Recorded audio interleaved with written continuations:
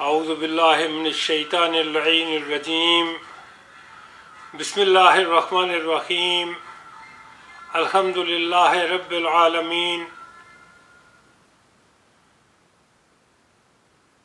औज़ु बिल्लाहि मिनश्शैतानिर रजीम। बिस्मिल्लाहिर रहमानिर रहीम। अल्हम्दुलिल्लाहि रब्बिल आलमीन। अस्सलातु वस्सलामु अला सय्यिदिल मुरसलीन व अलैहि तय्यबीन अत्ताहिरीन अल मासूमीन अल मज़लूमीन। मोमिनीन इकराम, अस्सलामु अलैकुम।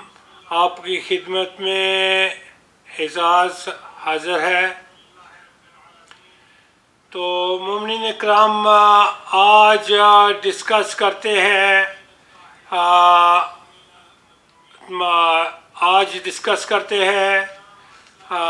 टीबी।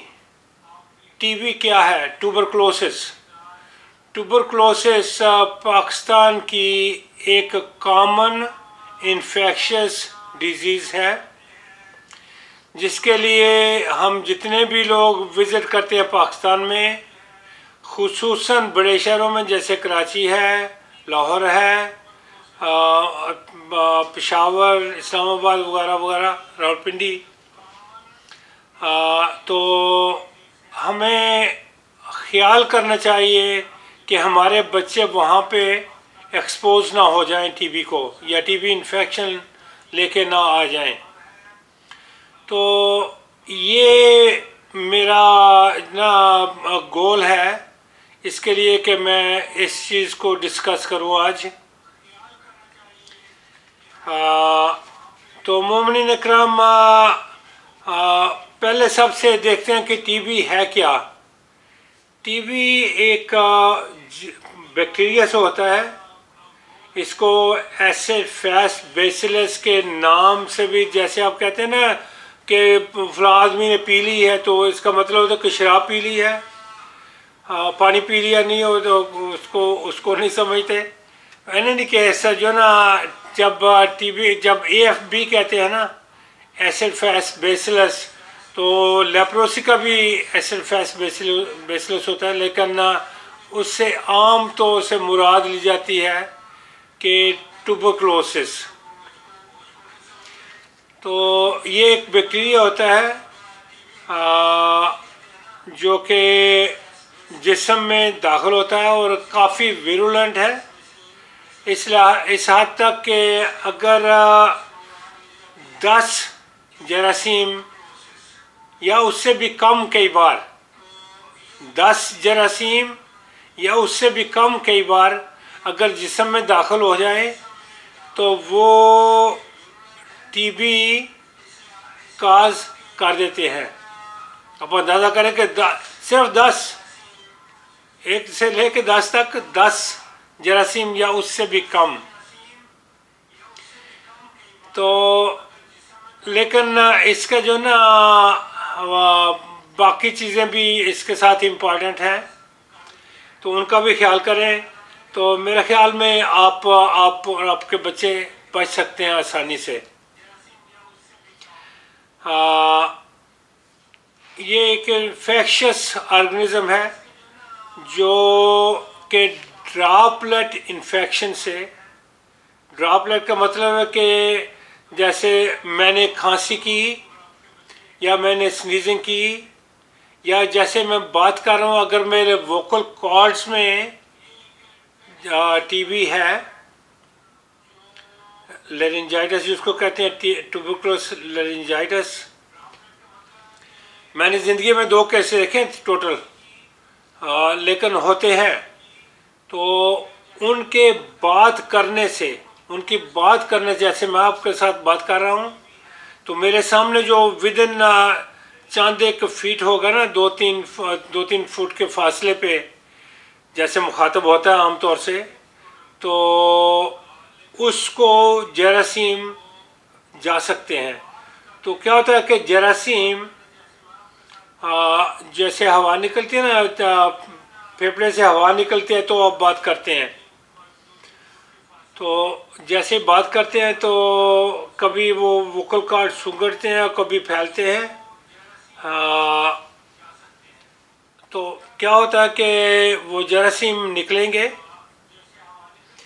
और छोटे छोटे ड्रॉपलेट्स फ्यू माइक्रॉन्स मिलीमीटर का हज़ारवां हिस्सा, 200 500 300 हिस्सा उसका, वो वो ड्रॉपलेट जो है ना वो जरासीम लेके बाहर निकलेंगे।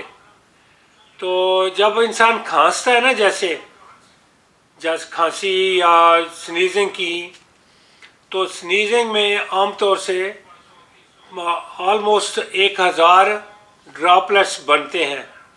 बात करते हैं तो उससे कई 100 ड्रॉपलेट्स बनते हैं। और उसमें हर ड्रॉपलेट जो है ना वो जब 3 4 5 की मिकदार में हो जाए तो टीबी जर्म को एक आदमी से दूसरे आदमी की तरफ ट्रांसमिट कर सकते हैं। लिहाजा ये एक बहुत बहुत मुज़ी मर्ज़ है।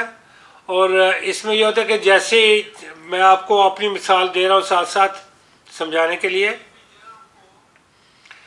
तो ये होता है कि वो जर्म जाएंगे, जर्म जाके तो फेफड़े में बैठ जाएंगे।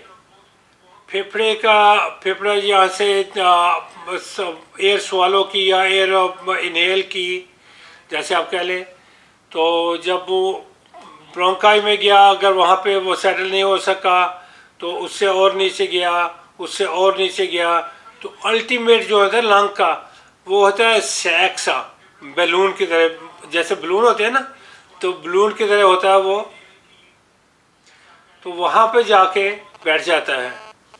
तो उसके बाद क्या होता है कि वहाँ पे सेल होते हैं जिनको कहते हैं मैक्रोफेज, जो ना फेफड़ों को साफ करने के लिए आप समझ लें, या जो चीज़ उनमें चली जाती है उसको सॉल्व करने के लिए, तो उनको कहते हैं मैक्रोफेजेस।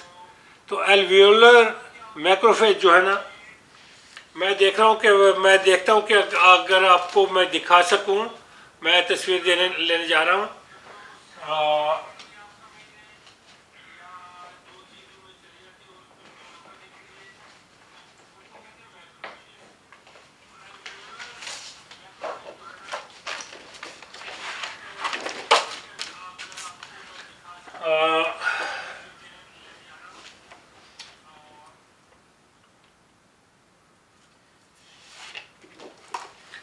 आप इसको देखें तस्वीर को,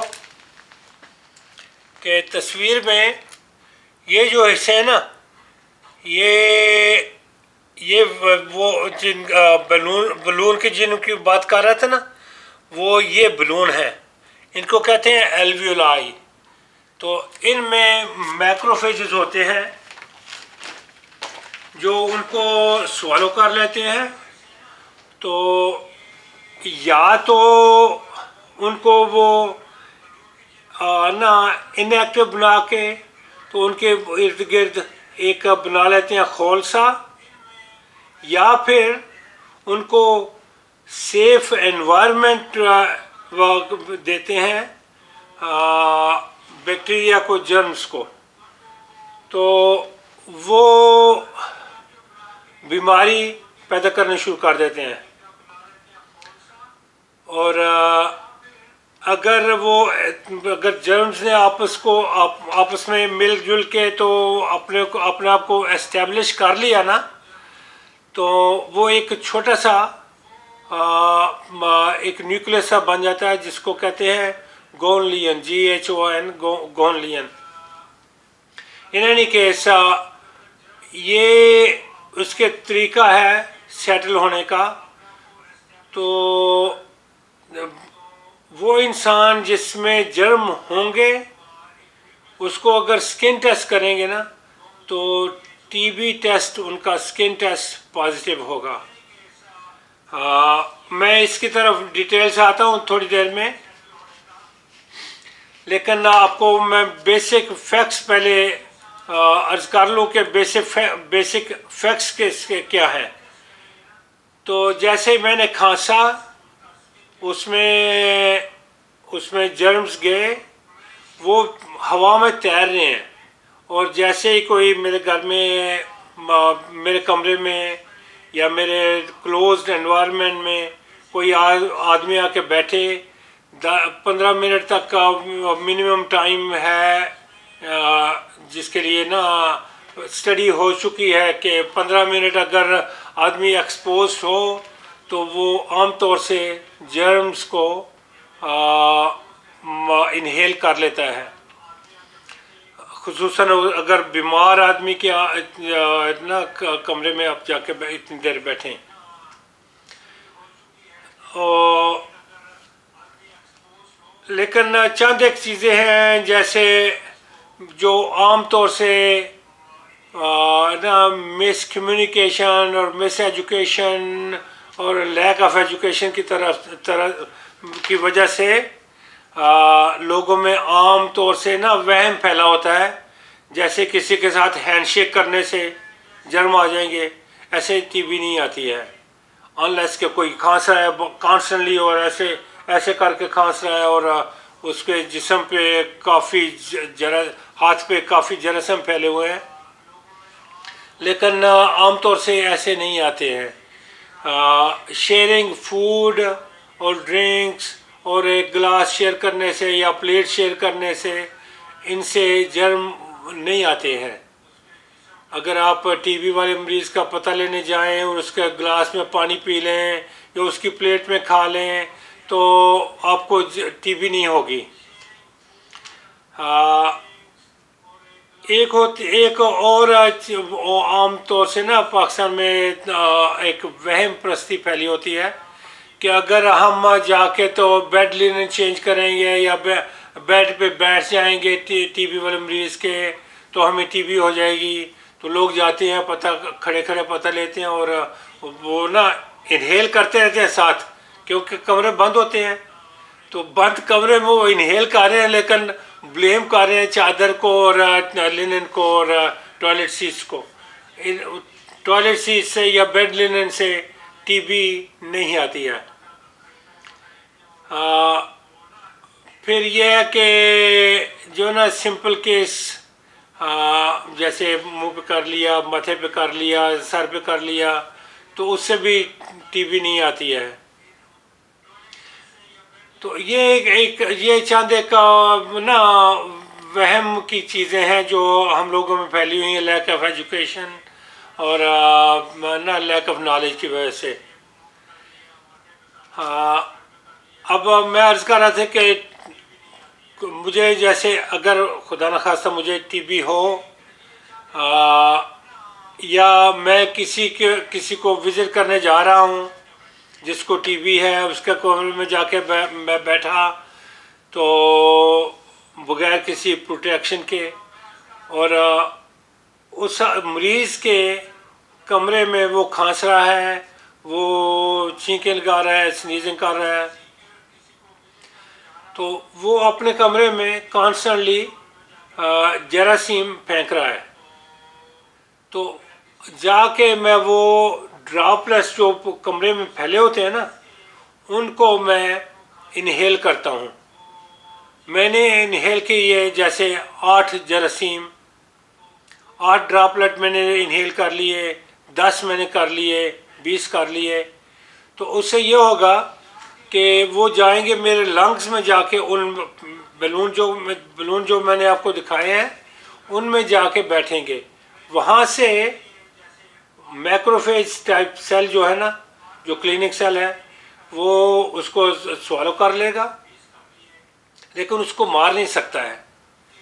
तो वो जो ना जरासीमा जो है वो उसमें सेफली बैठ जाएगा। तो उससे बॉडी रिएक्शन होगा, बॉडी रिएक्शन होने से तो बॉडी उसको, जैसे आप देखते हैं ना कभी अगर आप देहात में हैं मेरी तरह तो पाँव में कांटा चुभता है, टूट जाता है उसमें, तो क्या होता है कि उसमें वो कहते हैं पानी पड़ गया, पंजाब में कहते हैं पानी पड़ गया। होता क्या है कि बॉडी उसको फॉरेन बॉडी रिएक्शन से उसके इर्द गिर्द पानी का वो खोल सा बना देती है। तो वो खोल जो है ना वो निकलना शुरू होता है, उससे कांटा निकल जाता है, खुद खुद से दर्द होती है लेकिन निकल जाता है। उसी तरह ये इसके इर्द गिर्द भी बॉडी फाइब्रस टिश्यू बनाना शुरू कर देती है। तो वो फाइब्रस टिश्यू एक छोटा सा ना नाजुल सा बन जाता है, जिसको ग्रैनुलोमा भी कहते हैं, कह सकते हैं आप। तो ग्रैनुलोमा बन जाता है, वो फिर जिस्म में पड़ा रहता है। उससे जिस्म को जो सेल्स हैं ना उनमें मैसेज जाता रहता है कि इस आदमी के अंदर टीबी जरासीम बैठे हुए हैं। तो क्या होता है कि अगर कोई बीमारी इंटरकरेंट बीमारी आ जाए या इंसान के डिफेंसेस कम हैं, जैसे अपने कोर्टिजोन ट्रीटमेंट लिया किसी वजह से भी, स्किन की वजह से या एज़मा की वजह से या किसी और वजह से, एलर्जी की वजह से आपने कोर्टिजोन वगैरह ली, तो उससे ये होगा कि वो जो खौल है ना वो कमज़ोर पड़ जाता है और टूट जाता है।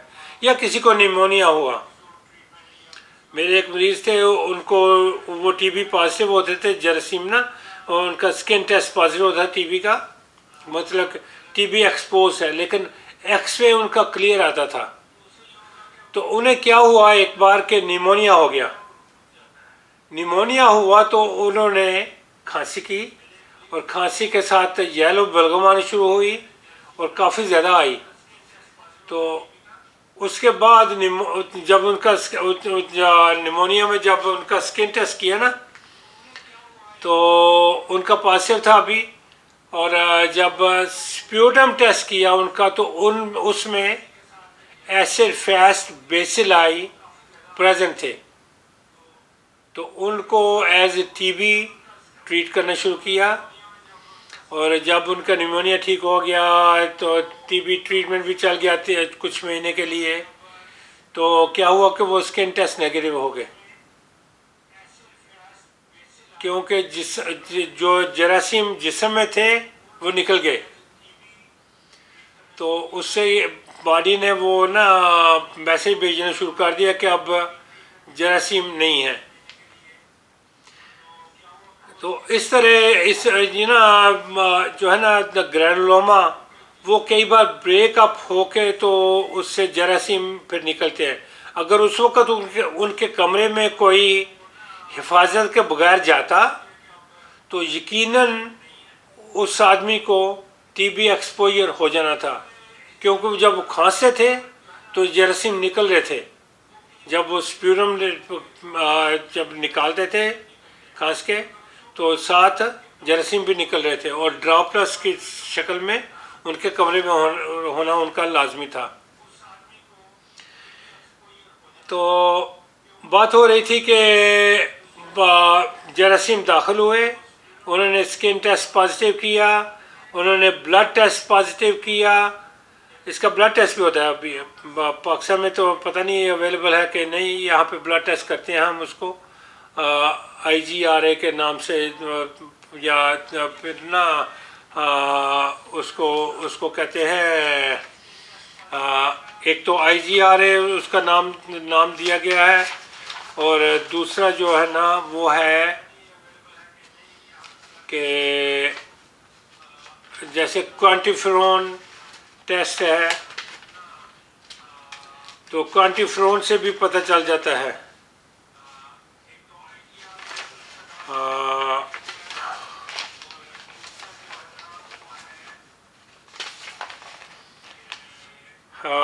एक टीबी स्पॉट टीबी टेस्ट होता है, तो उसको वो भी ब्लड टेस्ट है।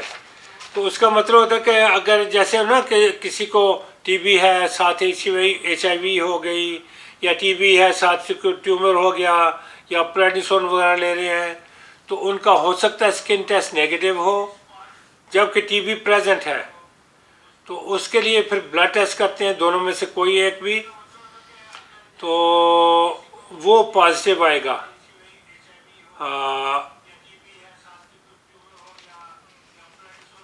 इन एनी केस ये चंद एक चीज़ें हैं जो याद रखें के काबिल है।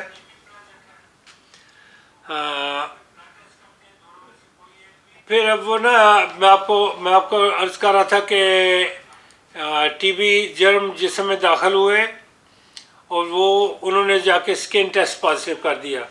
अगर तो डिज़ीज़ अप्रिशिएबल डिज़ीज़ नहीं हुई, अगर अप्रिशिएबल डिज़ीज़ नहीं हुई, मसला खाली स्किन टेस्ट पॉजिटिव है, तो उसको कहते हैं latent TB, latent TB infection.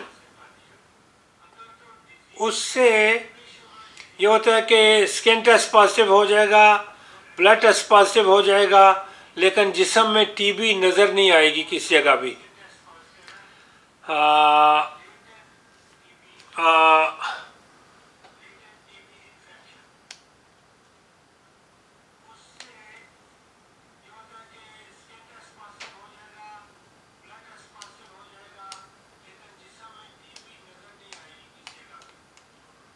अच्छा, लंग्स में या किसी जगह भी टीबी नज़र नहीं आएगी, तो लेकिन टीबी टेस्ट पॉजिटिव होगा।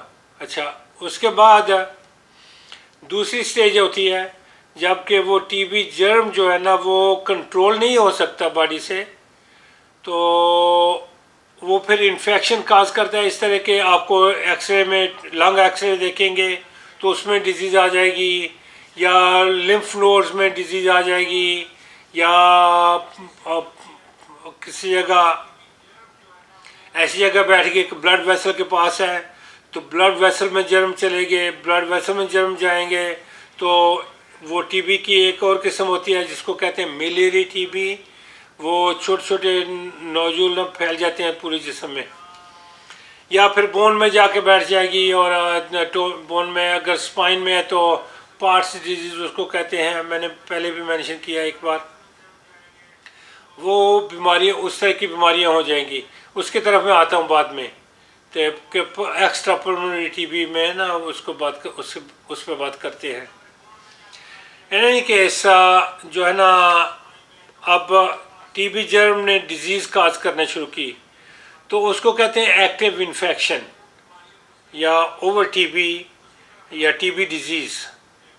टीबी डिजीज़ का मतलब है कि फैल चुकी है और डैमेज कर रही है जिस्म को।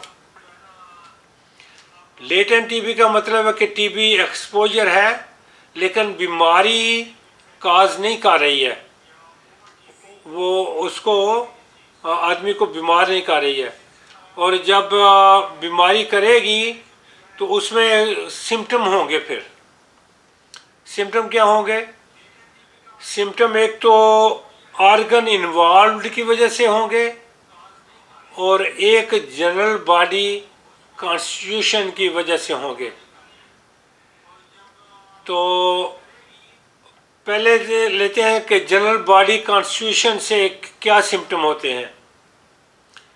जैसे बुखार होगा, वीकनेस होगी, टायर्डनेस होगी, फटीग वगैरह,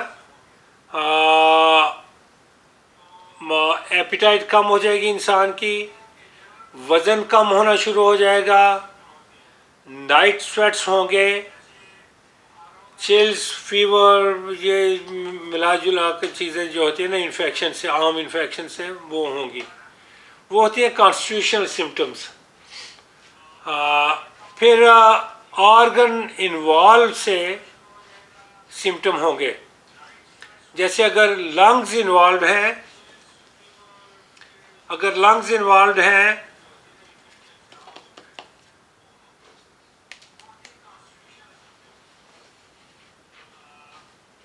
वॉल्यूम कट कर थोड़ी देना।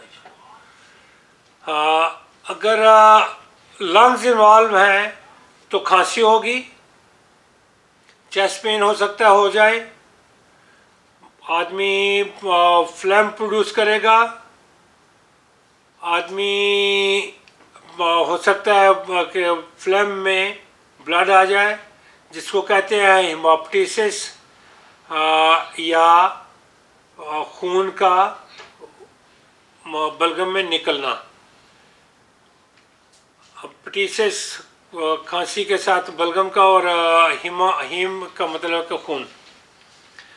तो ये होंगे लंग इन्वॉल्वमेंट से, सीने में दर्द हो सकते हो जाए, अगर प्लूरा इन्वॉल्व है तो प्लूरेसी टाइप की हो सकता है, पेन हो जाए।